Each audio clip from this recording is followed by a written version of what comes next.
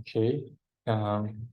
So last lecture we talked about computers in general, and we talked about parts of the computer's CPU. I hope you don't have any questions about the last lecture. If you have, we can discuss. It's clear. What? It's clear. Okay. Nice. So today in the last lecture, we wrote a Python program, which was Hello World. And this lecture, we will continue learning Python. Like we will talk about data types. We will talk about like numbers, and we will talk about arithmetic operators, also strings. And don't worry, you will get what they mean by the end of the lecture. Okay. So again, I'm opening my editor, Visual Studio Code. Where was my folder? I don't remember. Okay, let me close the folder. I don't remember where. Okay, I opened my editor again. I will create a new Python file. You can follow along with me, but it's not important right now. You can also do it at home, but just make sure that you understand everything that we discuss here. Okay, I will create a new file. You can also, if you want to organize your files and folders in nice way, you can also like create a folder. Let's go and create a folder. I will go to work and untick, and there I will create a new folder here. I don't know how to create a new folder. Okay.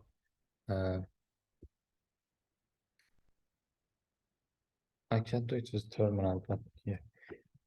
Documents, work, untick. Okay.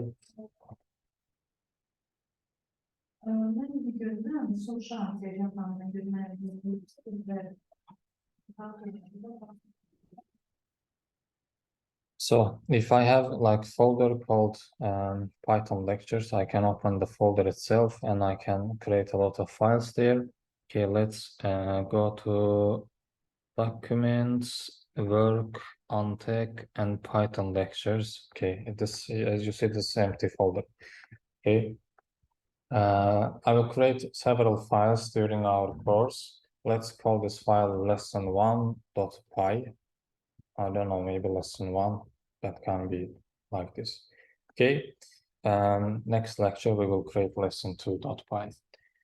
So today we will talk about data types. If you learn any programming language, the first thing that you get to learn is the data types. As we learned last lecture, like we have our data storage, like we have HDD, we also have RAM, we have SSDs. And so we store some kind of data there, but we might store them differently. We may want to store some lists. For example, let's say we have a list of students and we want to work on this data. This is some data, but list is a type of data, for example. We might work with numbers. Number is another type of data, and we can divide actually numbers into two types. Like we might have integers, which are like I don't know how to define. Like integer is doesn't have decimal part. We might also have floats. Float means that we have it's not integer. It has some decimal parts. They call it floating point numbers. In short, they call it float. We might have words. For example, last lecture, what we printed here, it was hello world. This actually is a text, and we call this string. String is just sequence of characters. Any characters. It doesn't have to be any letter. We can have like only symbols, I don't know, numbers, any kind of characters. They can be strings. Okay. So last lecture we wrote print. Okay, what print does is just outputs whatever we write inside this brackets. Prints outputs this data into our terminal, so we can see them. Usually programs, what programs does that we write programs to get some input, we process them, and we output. We will also learn about how to get input from user, but right now we know how to output something using print.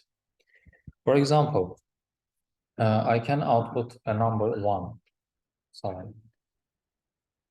I can output a number 1. I can run this file, lesson1.py. I can run this file. It will print me just 1 because I printed that 1. Let's also print 1.5. This is 1, it printed 1 and then 1.5. Then let's also write, I don't know, for example, a string, I don't know. And then let's also print, actually this is enough, okay? This, for now, these 3 types are enough. We will talk about them later, okay? So we have 1 integer, we have 1 floating point number, and we have 1 string, okay?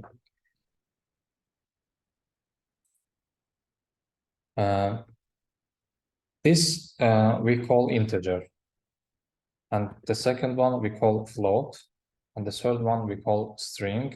Python calls them str, short form of the string, and we will talk about the strings at the end of the lecture, but for now let's focus on the numbers. We will do something with numbers.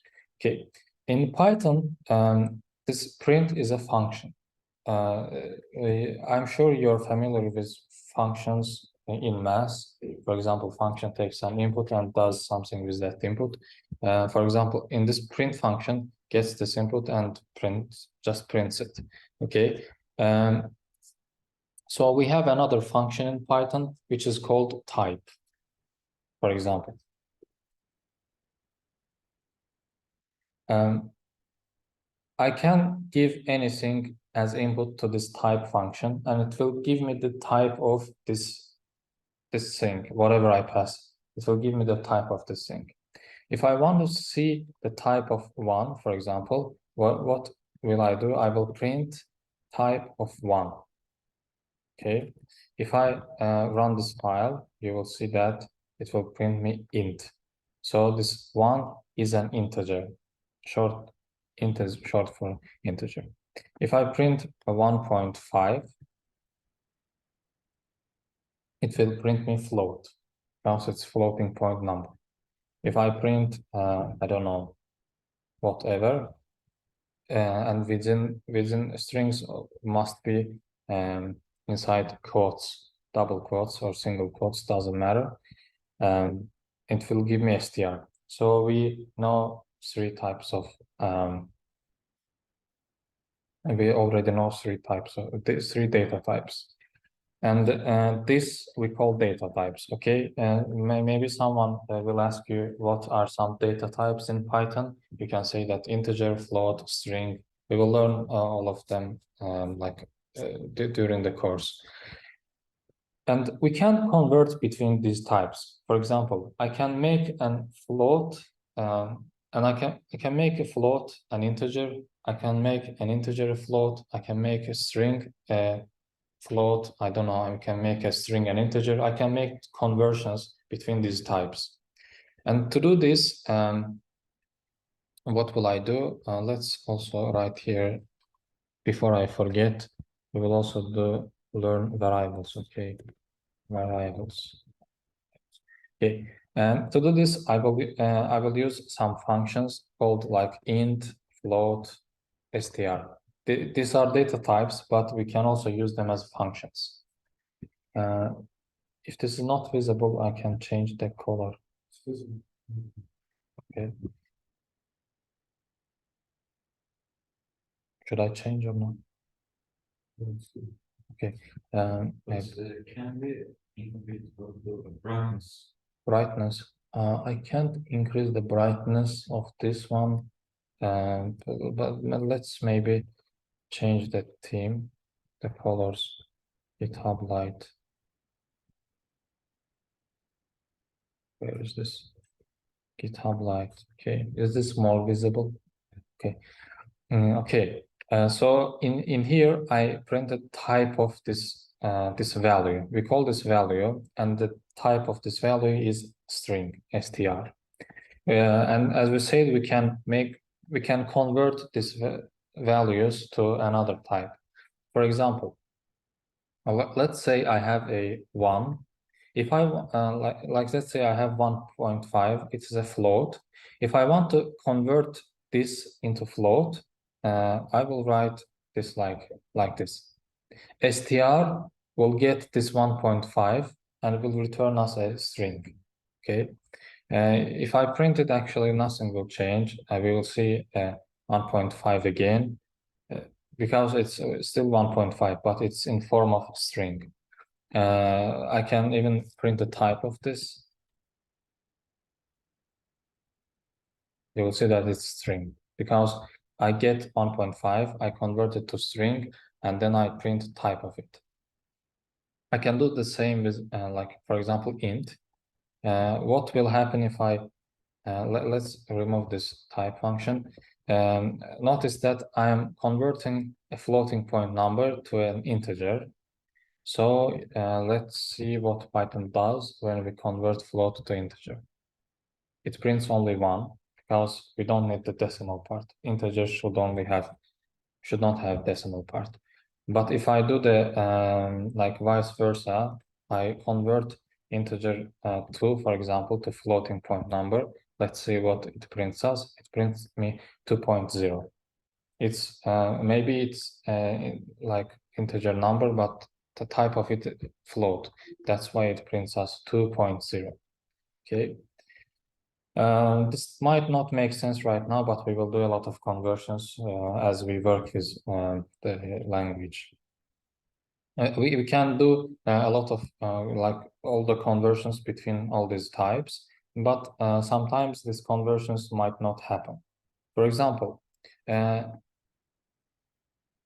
let's convert this string, for example, into a float. This is possible because it's just this is still number, but it's in the form of string. Okay, if I print it, I still get 2.5, but in form of float. Okay, I can print the type of it. It's float. But what if I give it something that cannot be represented as a number? It's easy to convert 2.5 into number because it's actually a number. Okay, but what if I give it, for example, whatever? Can this string be represented as a number? No. So Python will throw a value error. It will show us value error, and it will clearly say that could not convert string to float, whatever. Like this value cannot be converted to float. The same is true for integer because it's also a number. So we cannot convert an invalid value to an integer. It will still give me like invalid literal for int is base 10. It's actually trying to convert it to base 10 number, like in decimal, but it can't. Okay. Let's actually try something else. Maybe let's write here 1 0 0 1 1 0. Let's see what will it do with this string. Okay. It still gives me the number. Okay. Because it's yeah, if this is a number, it can convert it. By the way, just because I wrote 1 and zeros, I remembered. We can also this is an int. So this is an integer. Okay, it's an integer. We can also write binary numbers in Python, but I have to write a little bit different. For example, if I write this number, this won't be interpreted as a binary number for Python. Python will just think that it's just a decimal number. I don't know, it's 1 million and something. Okay, for Python. If you want to say that it is just see it as a binary number in base 2, you have to say it something like this, 0 and B. It will show Python that it's actually a binary number. Don't get it as decimal number, okay? It will actually print the actual value of this binary number. It will. You can also try converting it to decimal on the paper. You will still get the same number, okay? For example, what did we do? Convert last lecture. 3 ones. It's actually 7. Okay. This is. It's also possible to. We haven't talked about. Last lecture I told you that there might be infinite number of number systems. Like it's not limited to binary, decimal, octal. For example, we also have hexadecimal number system. Hexadecimal is like we have 16 digits in this number system. In hexadecimal, we have like 0, 1, 1, 2, 3, 4, 5, 6, 7, 8, 9. After that, in hexadecimal system, we have A, B, C, D, E, F, and we end at F. If you convert it to decimal, it's same here, 2, 3, 4, 5, 6, 7, 8, 9. Till here, it's same as decimal system. Let's write it like this. Till here, it's same with decimal system, but A actually means 10. Okay. A means 10, B means 11, C means 12, and as you guess, it's 13, 14, and 15. 14 and 15. Okay. Okay, this is like it. Actually, in hexadecimal system, we also have these letters. If you want to write what is F? It's 15, right? I can also write in hexadecimal system by in binary we write letter B here, but in hexadecimal we write X. Okay. Sometimes you might see this X in some programs, and it's not scary. Just 0xF means just 15. Okay, it's 15. If I write some FFF, it will convert it. You can also convert it to decimal. And here we will have it like when converting from binary, our base was 2, right? When converting from hexadecimal, our base is 16. Okay. You can try hexadecimal at home, how to convert. Okay. Do you have any questions till now? Okay. We're just writing some numbers in some other forms. Okay. We know numbers. We also know strings. Actually, we will talk about strings more at the end of the lecture, but let's also talk about variables. When we work with values in Python or in any programming language, we don't just like calculate them and print them. We sometimes want to store them. Like I want to remember, for example, I summed up some numbers and I want to store the sum in some place. As you remember, last lecture we stored some values in registers.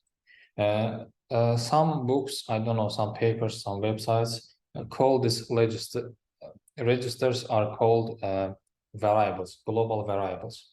Variables is something that we can store some value in it, and we can do something with that value.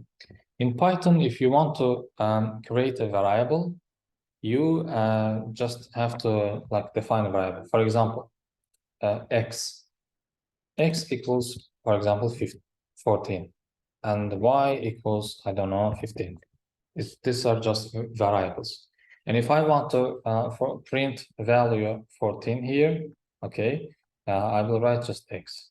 If I let me clear. you will see I will get the value 14 here. I can do the same with y. I will get 15. Like I can create any like number of variables I want. It doesn't have any limit. And I can also do some arithmetic, like mathematical operations with the variables. We will talk about them. Okay, so this is it. Actually there is a quote in like computer science world that there are two very hard things in computer science. One of it is naming variables. Like you should know how to name your variables. And in Python, there are some rules that you have to follow when you give a name to variable. In here, I gave my first variable name X and second variable name Y, but I can have different names. For example, I can call it, for example, number of students. I can call it, I don't know, number of hours. I don't know, just anything that makes sense for you. Okay. For example, this name actually makes sense in the context where, for example, you are writing maybe university system. If you write some variable like number of students, this actually makes sense in the context of the application. When someone reads your code, he will definitely know that what you mean by this variable. First of all, Python like imposes you some rules that to name your variables. For example, Python naming variables. There should be some, yes, variable names. Okay. Okay. Let's look at here just for a second. In Python, variable name must start with letter or underscore character. You cannot start a variable name with a number. Okay. If you do this, if you do something like this, for example, if I do something like this, 1x, it's not possible. You cannot do this. In Python, the variable name must always start with a letter or underscore character. Underscore character is just this, okay? So you cannot start your variable with, I don't know, this symbol or this symbol or this symbol, anything. It should only start with letter or underscore character. So variable name cannot start with a number. It's a strict rule. Variable name can only contain alphanumeric characters and underscores. So variable names can only store like small English letters, also uppercase English letters, also numbers. But as we said, it shouldn't start with number, but it can continue with numbers. Also underscore. You cannot put anything else inside your variable name. For example, I can say, for example, lecture number 1. Okay, lecture number 1. This is a valid variable name. Python will not complain to you if I put this variable name. Okay, as you see, we can also use uppercase letters. For example, lecture number 2, for example. This is also valid. I can also mix them. This is also valid.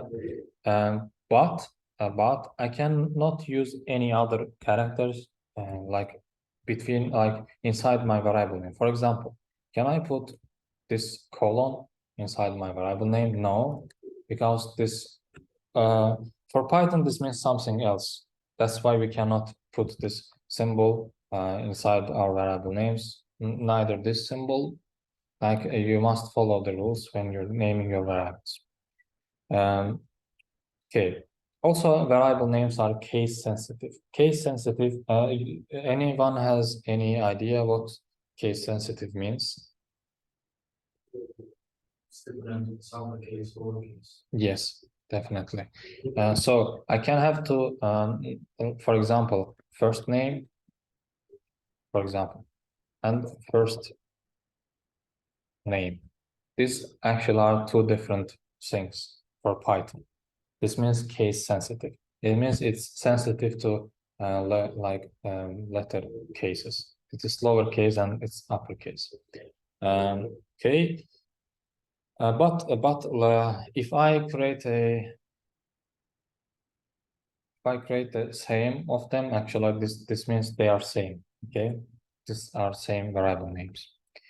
Okay, so these are the rules you have to follow when you name your variables. If you don't follow these rules, your program simply won't run. Okay, let's say I create a variable name like this, but Python told me that don't do this. As you see, my editor actually highlights this, say statements must be separated by new lines, semicolons. I don't know. Okay, it's even not clear what it wants to say. I can run my program. It will say invalid syntax. This is actually syntax error because like we didn't follow the syntax of the language because the language doesn't allow us to do like to name our variables which starts with numbers. Okay, but this is valid.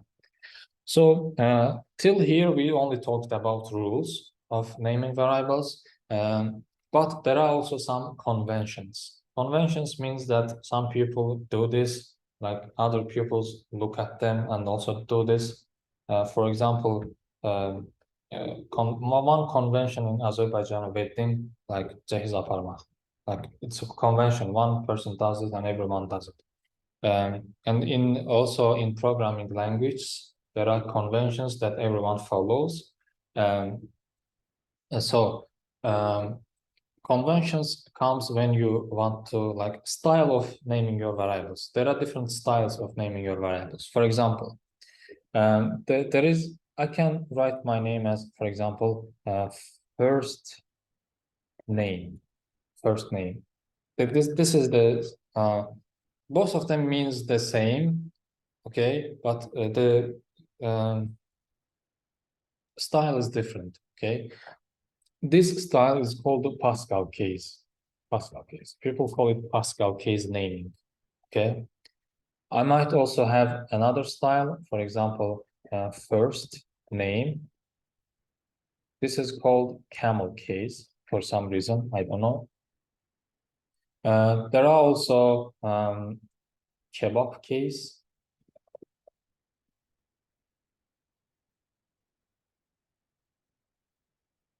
It's called kebab because of this. It looks like lüle kebab. But as you know, Python doesn't allow another symbols here, so we cannot use kebab case in Python. Maybe we can use kebab case in some other programming language, but not in Python. Okay. There is also snake case. Snake case or like underscore case. Okay. This is also some other style. In Python, people always follow this snake case rule. For example, if you see C# developers, C# is also a programming language. You will see that they always name their variables in Pascal case because it's convention among C# developers to name these variables like that. For example, in Java or JavaScript, people use camel case because among Java developers, it's conventional to use camel case. I have no idea who uses kebab case, probably no one.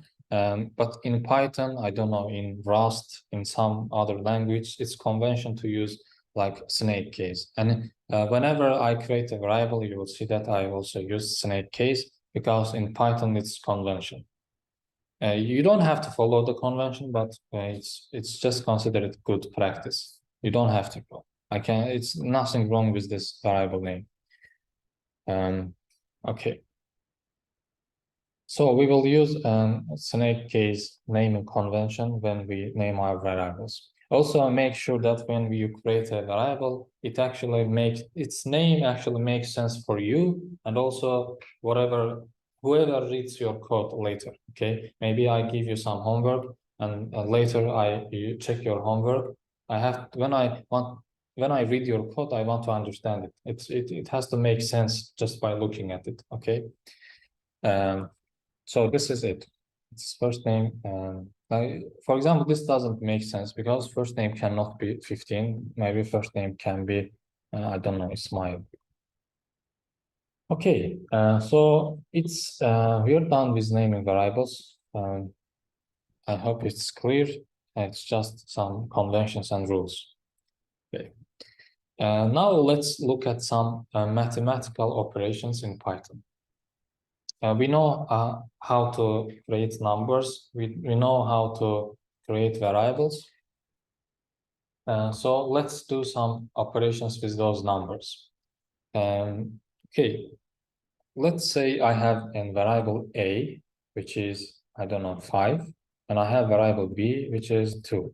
Okay, I can do some arithmetic operations on those variables.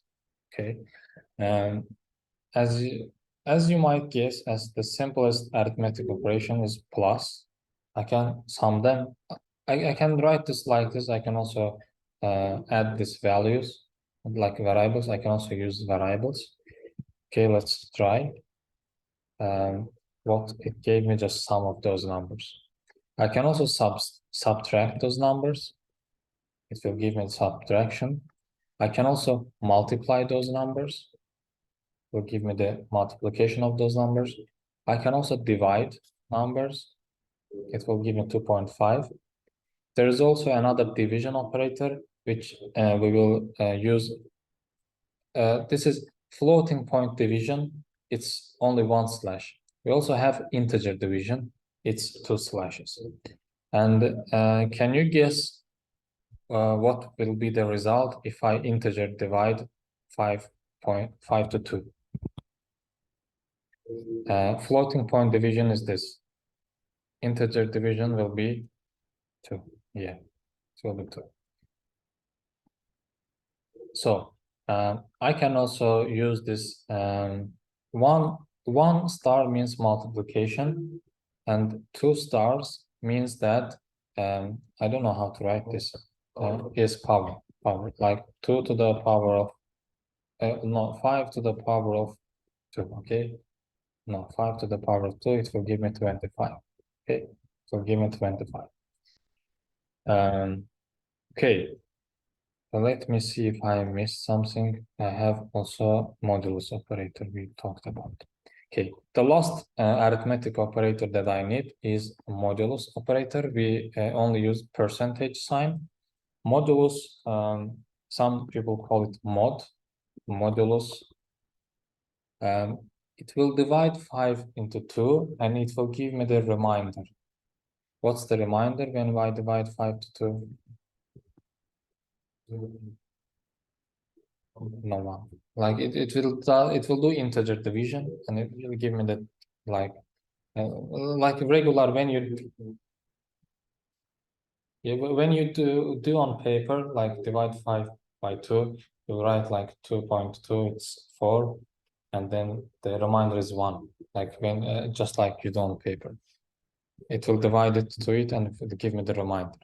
For example, if I divide a number to 2 and I get 1, it means that the number is not divisible by 2. Okay. If I get 0, it means that number is divisible by 2. Okay, these are actually some arithmetic operators and that we can use. We can also use them along with this equal sign. So this equal sign means assignment. Okay, I will write this here. It means assignment. Assignment means that I want to assign the value 5 into this variable so I can use it later. This just means store 5 inside A. Okay. There are also other types of assignment. For example, I can use the old value of A. For example, A equals A plus 2. Can you guess what will be the value of A here?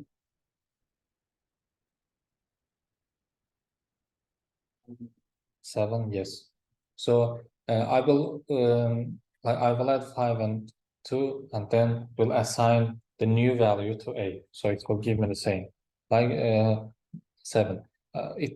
It doesn't make in the term, like in the context of mathematics, it doesn't make any sense to write something like this. But in programming, it's possible. Like you use, this is all the value of A, and as soon as the calculation is done, like right side of the assignment is done, it will be assigned to this left side. Okay. I can do everything I want. For example, A multiplied by 2, it will be 14. I can do like divided by 2, A minus 2. I think it should give me 5 at the end. Yeah. 5.0. Why it gave me 5.0? Anyone has any idea? Because this is floating division. When we use only one slash, it will always give me a float. It won't give me an integer. Even if like 14 divided by 2 is 7, right? We don't have 7.5 or something. But just only because I use this operator, it will give me float. Because it's supposed to give us floating point value. Even if it is 7, it will give me 7.0. If I use like double division, it will integer divide and it will only give me 5. Okay, there are also short versions of it. For example, instead of writing this, I can write A plus equals 2. It means the same as the before. A star equals 2. A divide equals 2. Oh, it doesn't work. No, divide equals 2. Also, A minus equals 2. So all of them should work. Okay. I don't know if this double division will work. It should work. It works. So these are the short versions of this those assignment. Okay. What's the point of writing plus and minus before? This one, this means that add a add 2 to the old value of A and assign it to it's same. It doesn't have any difference with this. It's just shortened version of it. Okay. And it's the same as A minus 2, and it's also same as A divided by 2. It's also same as A multiplied by 2. So they are just shorter versions of writing it. That doesn't have any difference. Okay. Okay. We talked about arithmetic operators. Okay. I hope you remember quadratic equations from your, I don't know, school. We found discriminant and then we found the roots of the equation. Let's say I have 3 values, A, B, and C. In quadratic equation, do you remember like A point squared plus ax squared plus bx plus c? It was the quadratic equation, right? And we had A, B, and C, and by having them, we calculated what values x can have. And what we call the roots of this function. Let's say we have A, which is 5, we have B, which is 3, and we have C, which is 2. Given these, can you calculate the discriminant? Can you do it on your computer if you want to do it? No, you're using Python. Don't use your mind. Okay. Let's say I want to print discriminant. Okay, I will do something. Print that. Just right here how you just assume that ABC can always change. I want to calculate discriminant based on this ABC. You know that formula, right? B squared minus D for mounting. Yes. Just if you want to write, you can write. I can wait just 2-3 minutes. If you don't want to write, it's okay.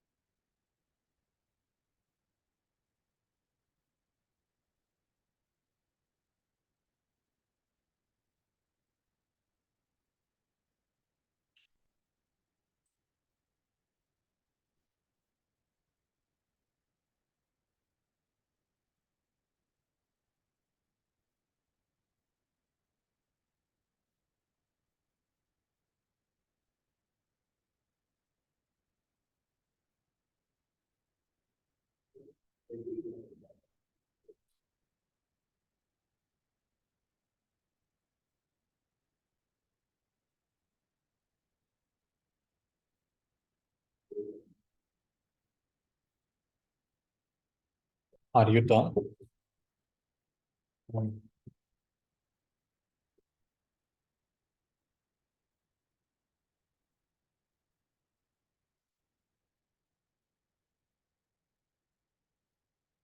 A minus 31. Why it doesn't show me the X sign here?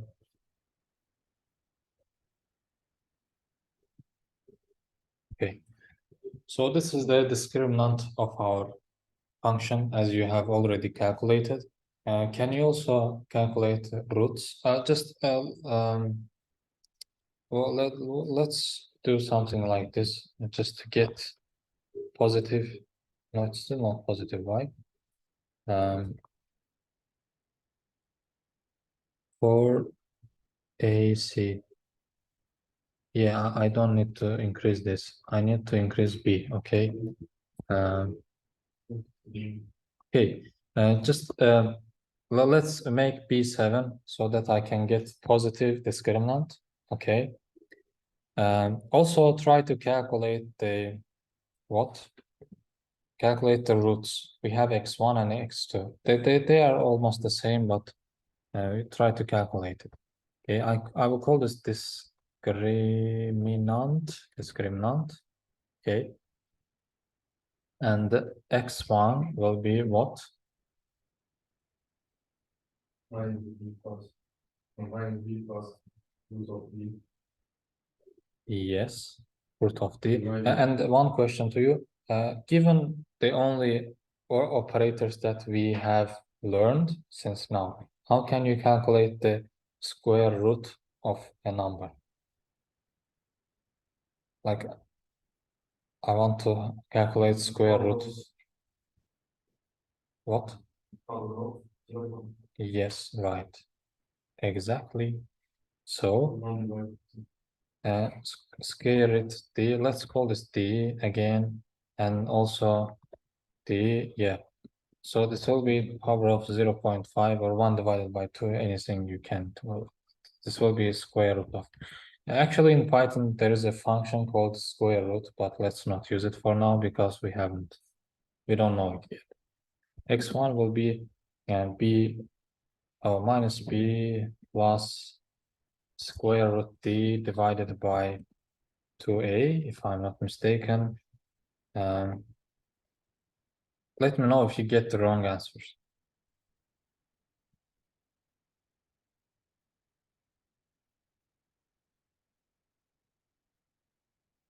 We need to write this thing on the following brackets. Yes. Did you get the wrong answer? You didn't write. Yeah, I wrote it intentionally, but you need to write it. If you look at this, it's actually wrong. Python will calculate it wrong because if I'm not mistaken, it will try to divide it and it will then multiply it and then will do this plus operator at last. And for this reason, you will get some wrong result. Honestly, I don't know which operator is first here. You can go to the Google and write Python operator precedence. Okay. There is some precedence of operators in Python as in math.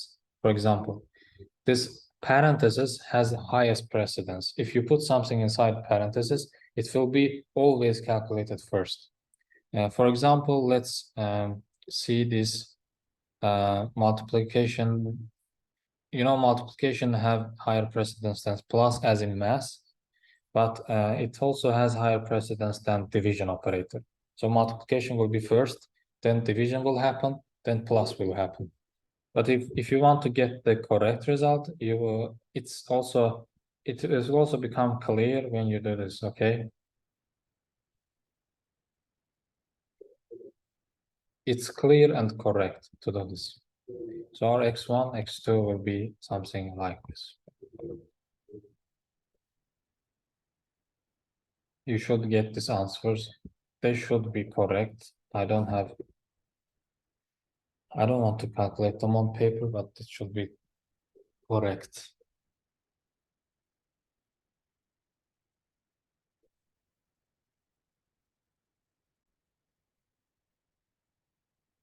So we did some arithmetic operators with numbers. So we solved the little problem, quadratic equation.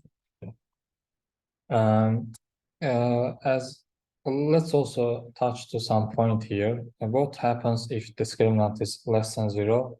We will actually handle this case later, but let's just look.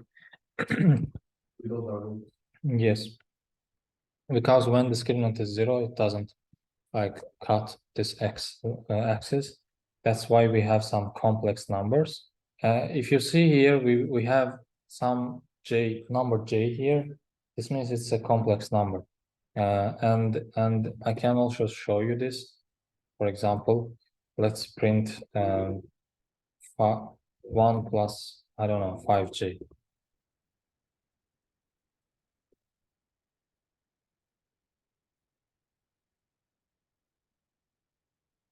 It's actually complex. So this j in Python is another data type, which is called complex. It's a number, but it's complex number. Honestly, I don't know why they have this in programming language. Maybe for some scientific reasons. Some people do research with them. But yeah, I have never used any complex number in my life. So we have done some arithmetic operators or mathematical operators with numbers. What happens if I do them with strings? String is just a text. It can be anything. It can be name, surname. I don't know. It can be some swear words. But let's see what happens if we want to do such operators with strings. Okay. Let's say I have first name. I create one variable named first name. First name, let's say Ilyas. Last name is, I don't know, useful. If I want to sum them, for example, first name plus last name, what will happen? It will just concatenate two strings, just stick them together, okay? Ilyas useful. I can also add another string, for example, it doesn't have to be when, for example, summing numbers, I can sum up 4 numbers. Just like that, I can also sum up 4 strings. For example, this is also string, but this is just empty string, okay? It's not empty string, we don't call it empty, but it has, because it has some character inside, okay? It's just this character. So there will be space between the person. Yes.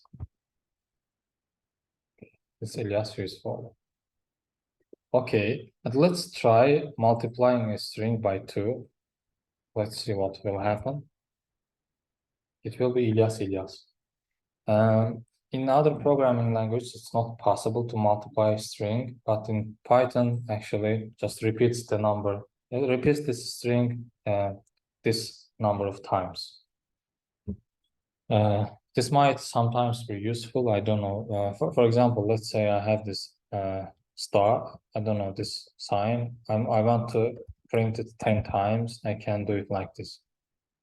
I can internal. I can print some tables. I don't know. I can use it for these reasons. I cannot divide string by number. It's because it's like doesn't make any sense for us. Doesn't also make sense for computers to divide the string. Yeah, actually, yeah, I think this is it. You can add strings. It will just concatenate them. You can also multiply string by a number. You will get some. Of course, you cannot. Well, let's multiply first name by last name. Let's see what happens. Can multiply non-int of type string. Okay, it will give you some type error because this type cannot be multiplied by this type.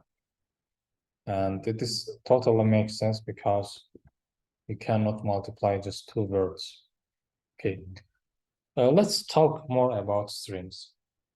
In the last lecture, we said that computers can only work with numbers. And how come that we can also store text, word, and I don't know, some words inside my computer? Because it's not actually a word, it's actually a number. So if you want to store some word inside your computer's memory, you have to replace them with some number. Okay, and in the first time, actually, Americans does this because, and for this reason, they created a standard called ASCII. It stands for American Standard for Character Information Exchange. I don't know. Let's look up what does it mean. Okay, ASCII. American Standard Code for Information Exchange. Okay, well, you don't have to remember it, but let's write ASCII table. Okay, let's see what it shows me. If I look at ASCII table, I will see bunch of characters. Let's say I have letter A, B, C, D, E, F, G, and I also have lowercase letters A, B, C, D. I also have, I don't know, some brackets. I don't know, slash. I have also have underscore. I also have delete button. When you actually click delete button, it's actually a character. So we call each of them a character. Okay, as we said before, string is just bunch of characters. And in computer's memory, those characters are replaced with a number. And ASCII table actually shows which character is replaced with which number, so that we can do like, we can encode and decode it back and forth. For example, I have salam. I want to represent it with numbers. I have to look at this table. And I have some numbers. I want to represent it as text. I have to look at this table. Okay. What the computers does, they actually does this. They actually do this. And for example, a letter, uppercase letter A is 65 in decimal, 41 in hexadecimal, 101 in octal. You know what's octal? It's 8 numbers, base 8 number system. You don't have to worry about HTML. Yeah, you just have to worry about these numbers. In decimal, it's okay. Okay. In Python, you can actually see the character, like see what this character stands for. For example, let's print ord A. Okay, ord will just get this string, will get this character, and will give you the number. What this number and like what this character stands for. It's 97. Let's look at ASCII table. It's 97. So this is called character encoding. We encode each character with a number.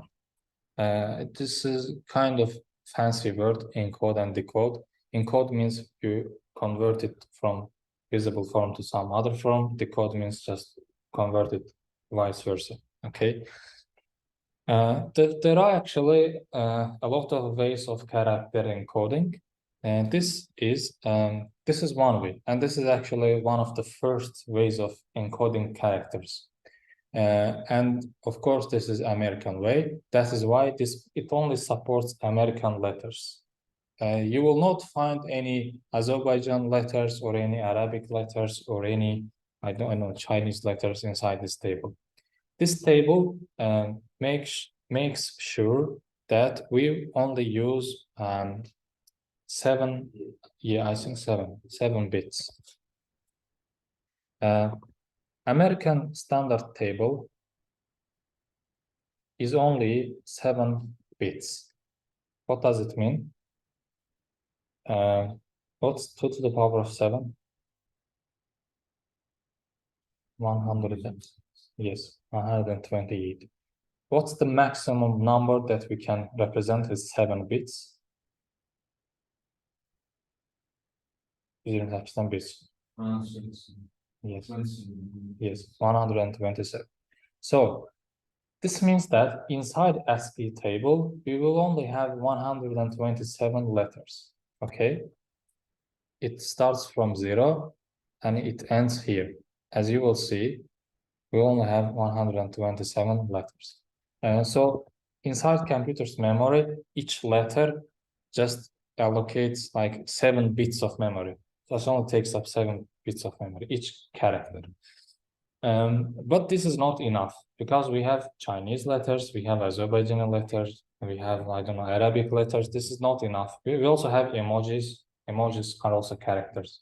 So we have some other way. For this reason, for example, we have a Unicode text format, UTF, Unicode text format.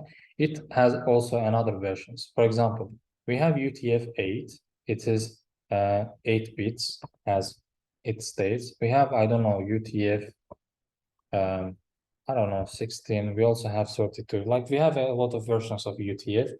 This number here just represents how many bits it can, like how many bits it will take up in memory. Okay. So, for example, UTF-8 is more than enough for representing Azerbaijani alphabet, also other characters. UTF-16 is maybe for Chinese. I don't know how many letters Chinese, like Chinese alphabet has. They have many, right? Let's look at how many letters does Chinese alphabet mesela? Okay. Chinese alphabet, Hanzi, only 24. No. I don't know, maybe we need to look another way, but it's not important. The point is they have many characters that maybe the UTF-8 is not important, is not enough for them. You may search for it at home. Okay, these are just ways of representing these characters inside our computer's memory. So whenever I write something like first name equals to Rashad and last name, guess what? Dağlı.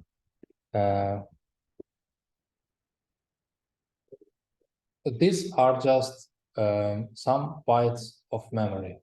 Okay, this is one character, maybe 7 bit, 7 bit. Like we usually, when we talk about letters, we take each letter takes up just 1 byte. 1 byte is 8 bits, right? But emojis may be different. For example, let's just try one emoji, Emojipedia. Let's get some emoji here. Do we have small? Yeah, we have actually. Okay, let's also have this character. Let's print how we can in Python. We have len function, which will print number of characters or number of basically number of things that this holds. Okay, let's print length of this string.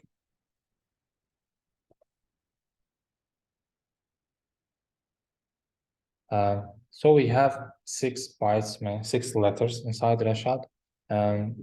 We can also check smoke. We could also call it cigarettes. It's 1 byte. Okay, for this, maybe Python represents it differently, but let me show it with you. Let me show it to you with JavaScript. But in JavaScript, it's a little bit different, but yeah. For example, I will show you this actually takes up 2 characters. Okay, it's not enough. It's not enough for 1 byte to hold it. It will take 2 bytes. So you can take into account, for example, when you write some message on WhatsApp. For example, you write salam, you write space. Space is also character, and you then send the emoji. Those you can calculate how many bytes it will send over the network and how many bytes it will receive. Okay. Okay. So this is it. I can also show you some other characters. For example, I can show you how other characters. For example, pressing enter. Let's say I am writing an essay, and between those essays like built with paragraphs, right? I will have different paragraphs. I will have some indentation in front of paragraphs. I will also have like some space in between paragraphs. I will click enter when I finish a paragraph. This clicking enter, this also represents a character. Okay, well, let's for example, I want to print first name plus last name. And as you saw in the previous example, we put this empty, but this is space character. So we have 6 here, I think 6 characters here, and 1 character here, okay? 13 characters. Now, when I printed it, it showed me Rashad space Davla. And I can also put here this character, /n. The /n means new line, okay? When I print it, you will say this one like this. So the /n represents new line. Let's also write /t. /t means tab. When I press tab character, as you saw, this indented my Dagla to the right. So actually, this is what happens when someone writes some text and stores in computer's memory. And all of the, even empty spaces, all of them are characters. I just want you to remember that. Yeah, whatever you see, yeah, it has to be stored somewhere in computer's memory. So there are some invisible characters like this new line, this tab. I think we also have some other characters. Let's Python escape sequences.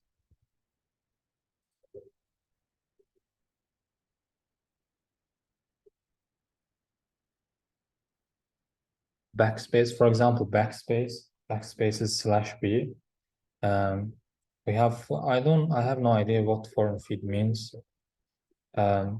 This is backslash, as you guess. New line, we have carries return. Carries return, actually, I think the same as pressing enter. Okay. Okay. Yeah, do you have any questions till now? Yes. What? I also Doesn't get the name. I also in person plus space plus lesson. Did you put this quotes? Yeah. Did you put /n? Maybe let's take a quick look.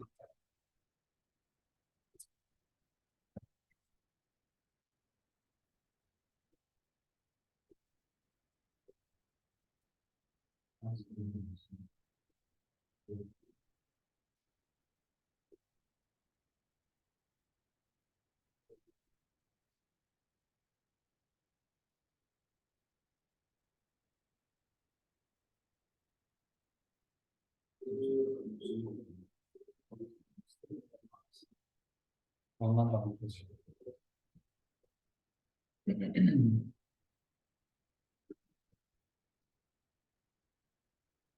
Okay.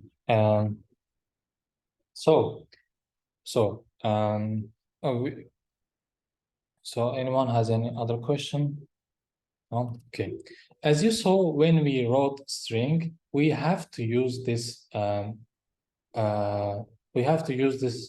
quotes. Okay, you cannot create string without using quotes because you write a lot of things inside this string, so you have to use these quotes. What happens if I does this? Python will think that it's actually a variable, but we haven't created any variable that is named Rashad. Okay, so using this single quotes, we will say that it's a string. We can also use double quotes. Doesn't make any difference. I can use double quotes, but just make sure that whatever quote you start, just end it with the same quote. Cannot start with double, end with single. Cannot start with single and end with double.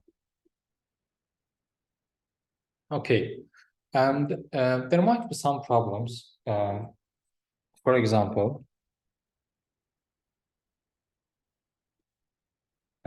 for example,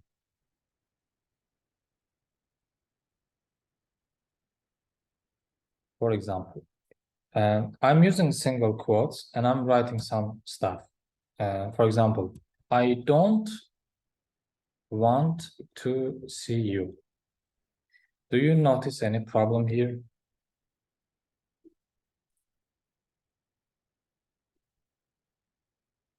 Actually, yeah. Was a problem What? after your Swan?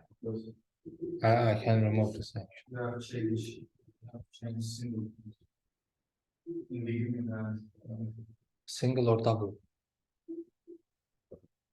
double and single and in the end double. This one double, this one single, this one double, right? It works. And single for Yeah, okay, that was minor mistake, but yeah, it works. But yeah, previous one. Why didn't previous one work? this mix up all of this single. Yes, actually, what Python thinks here, my string started here and ended here. Okay, what Python thinks is this, and all this shit doesn't make sense for Python. Because maybe there is a variable called t, maybe there's a variable called won't, but what I want to do with those variables, like Python it cannot figure out what to do with them. So we can, the one way to resolve this, just not to use double quotes in whole string, just use single. If I plan to use single quote here, I will use double quote outside. And the other way to resolve this issue is just use backslash. Before starting this quote, I will write here a backslash, like this. And the backslash says Python that I'm not ending string here, it's just a slash character, okay? Yeah, this is called escape sequence. Now, like you escape this quote character because you don't want it to terminate your string. This is same with double quotes. For example, I say, you are so funny, for example. If I want to escape this quotes, I will write, you are so funny.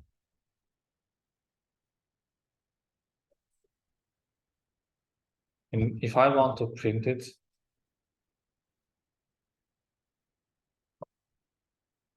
like, I don't want to see you, you are so funny. I mean, inside brackets, you are funny. Okay, is this clear?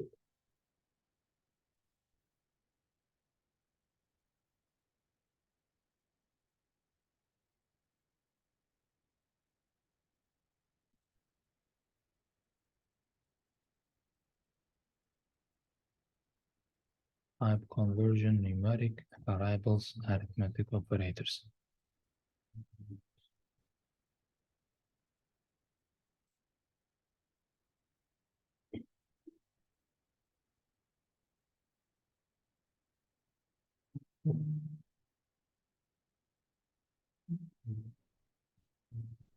Okay. So anyone has any questions regarding this? Okay. But as you might guess, I cannot use backslash inside my string because this backslash means that I want to escape something, right? So if I want to use backslash here, I have to use double backslash, okay? First is escape, second is, actually, let's try, maybe it will work. I'm not sure. It actually works, okay? And what if I do two backslash? It also works. Probably for some cases it won't work, so let's try this one. For example, you see this slash and t. I don't want it to be tab, like slash t means tab. If I don't want to be it tab, I will put another slash here just to say that it's not the slash using. So I don't want to see you, it will be just regular slash. Okay, these slashes are called escape sequences. So whenever you want to escape some character inside a string, you will use those slash characters. Okay, I think this is it. Do we have to talk about anything else? We talked about escape sequence. We talked about operator precedence.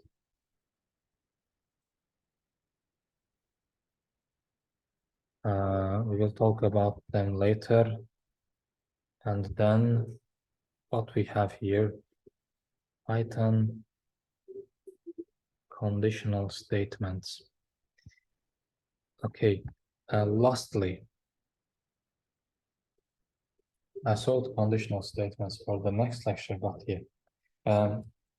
We are done, okay? Are you okay with everything with this till this point? Okay, let's talk about some conditions.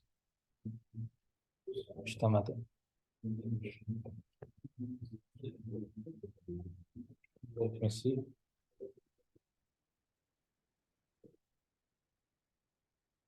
I don't want to see.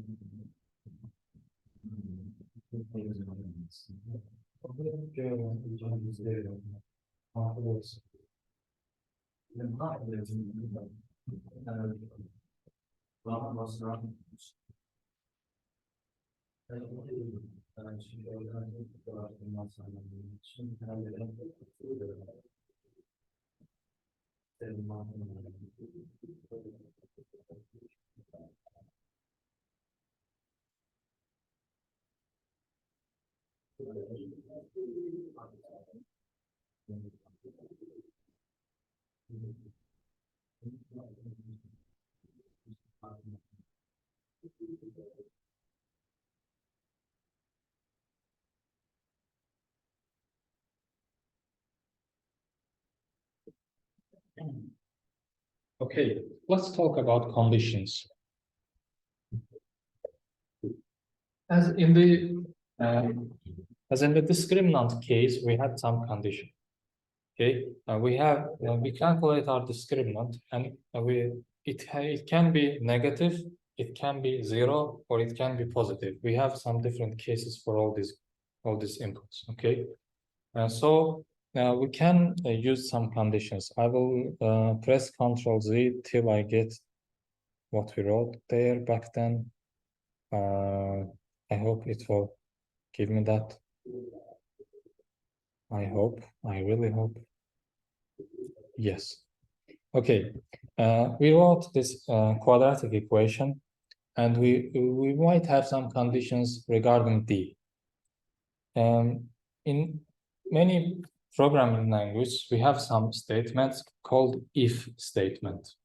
In this regular code, we write everything linearly, just from top to down.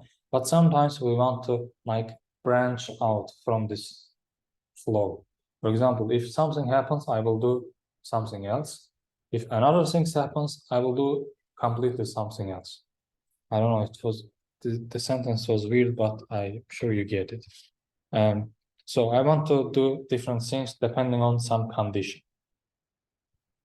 Depending on some what conditions can be here in quadratic equation, we have actually three conditions in according to math.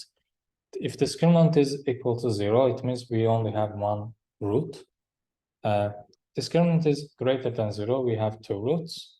Discriminant is less than 0, we have no roots. I don't want to calculate roots. I will just print whatever we have, okay? I will not calculate it. I will just print. In Python, if you want to write this if statement, you write something like this. If, then I will have some condition. Maybe let me show you some picture. If statement.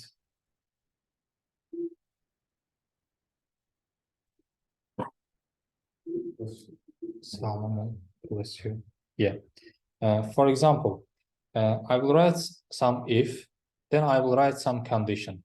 For example, condition may be something equals to something, something is less than something, something is greater. We will talk about this comparison operators next lecture, but let's look at them like, we won't go deep into this. Okay, so I want to compare if d is greater than 0. Okay, if d is greater than 0, I will write it like this. D is greater than 0 will give me some value that is either true or false. We call this Boolean. Okay, just let me show you what is true and what is false. I was supposed to talk about them at the beginning of the lecture, but for some reason I forgot. True or false are called Boolean. Boolean just have two values, okay, true or false. It doesn't have any other values. For example, I might give you a statement. The statement might be true or false. If I print type of them,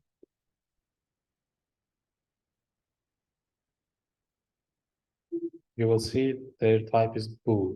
Bool is a short form of Boolean. It's some mathematician called George Boole. It's named after him, George Boole. He found Boolean algebra for some reason. I don't know. So we call them Booleans. So those comparison operators always give us Boolean, true or false. True means it's true. Obviously, false means false. If I write d is greater than 0, it either can be true or false. There isn't any third option, true or false. I will write also this colon here. It's mandatory. If you don't put colon here, Python will throw a syntax error because it's not right syntax. I will have some colon here, and I will go to the second line. And if you want to go to the second line and write the code, you have to put this indentation. In Python, if you don't put this indentation, Python will scream at you just because it wants to know what will it do if this condition is true.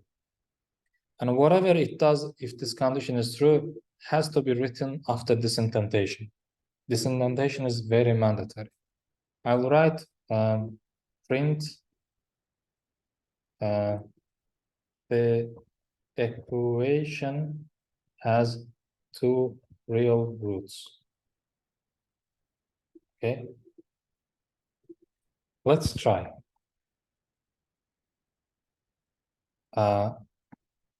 Why didn't anything happen?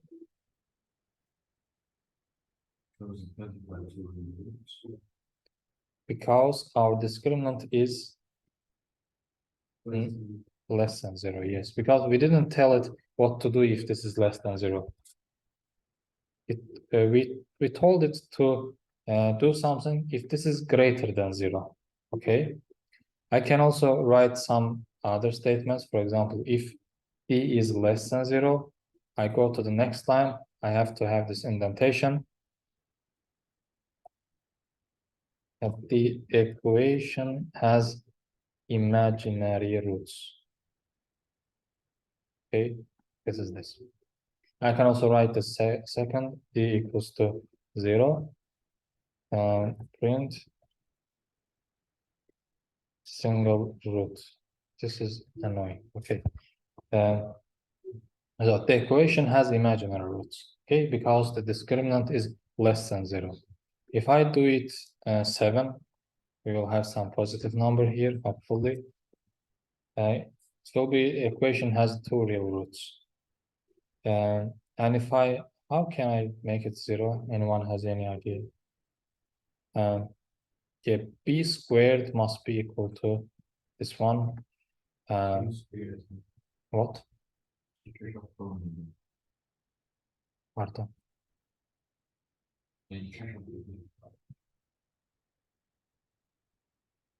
Ağzına yaz. B şu şartta göre yazma. Okay.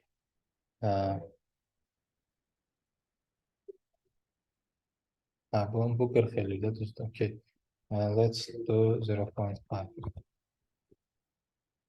The equation has 2 real roots. Something happened here. Let's print d. Let's see what happened. Oh my god. Is this true? 5 dəfə 2, 10, 4'ü də ona vurduq, 40 elədi. Düz olmalıydı. Düz olmuyor. B-ni print edeyim. Benim ya. 3 altta 40'ı niye böyle verir? Okay. This is because computers actually cannot work with numbers.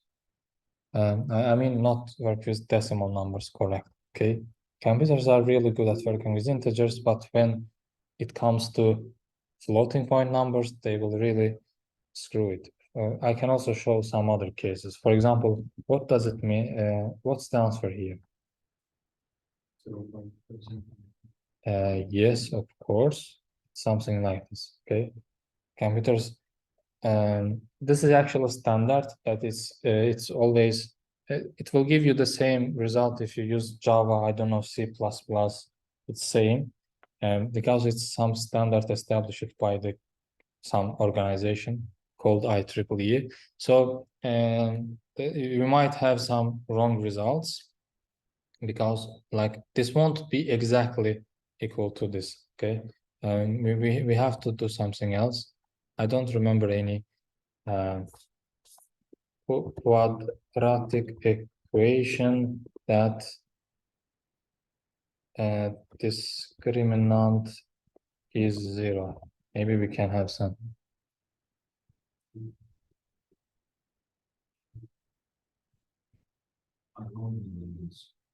Sorry? Can we get back? Here? A 2. C 4.5. 4.5. A is 6. Okay, let's try. Shouldn't. Okay, it has single root. It works. Okay, we had all these 3 cases. We can also write it a little bit differently because if statements also has else statements. For example, if d is less than 0, isn't less than 0, it means it is maybe greater than 0. Instead of writing this one, I can also write else. Okay. I will go to here, the same line with if. I will write else. I will again put this colon here, and I will print this here. Okay.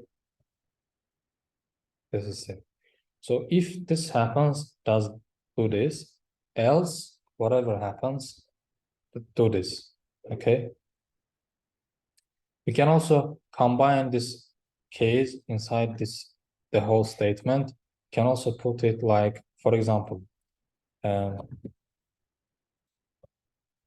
elif. Yeah, actually this works. Okay. This means if discriminant is 0, do this and do not continue checking any other cases. If it's 0, just do this.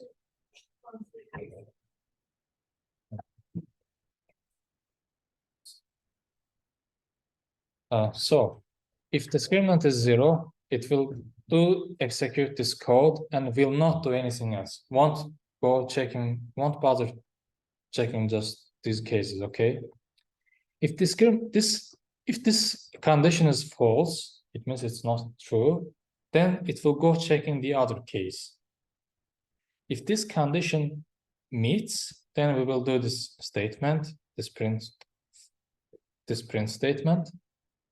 If any of those cases doesn't match, then we will go to this else case. Okay, this is how this works. Whatever you find true, you will stop there. You won't continue to the next case. You can have a lot of cases of this. Like I can have, I don't know, elif, I don't know, 3, I don't know, elif 4. Like you can have a lot of else ifs. These are called else if. In some other programming language, it's else if, but in Python they write elif for some reason.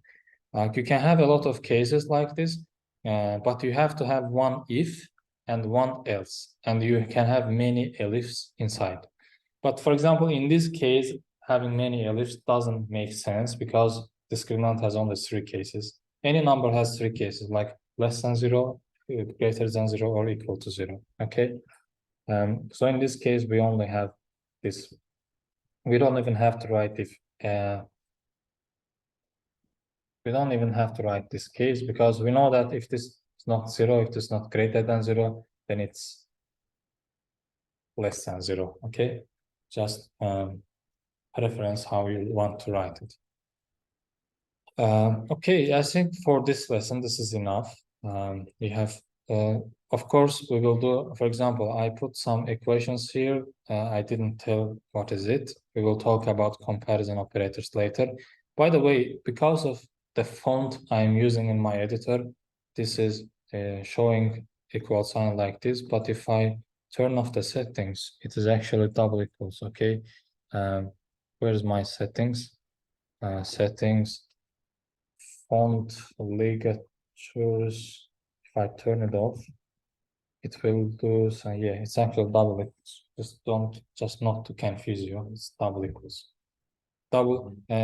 Single equals is assignment operator, but double equals is comparison operator. It compares left sides to right sides.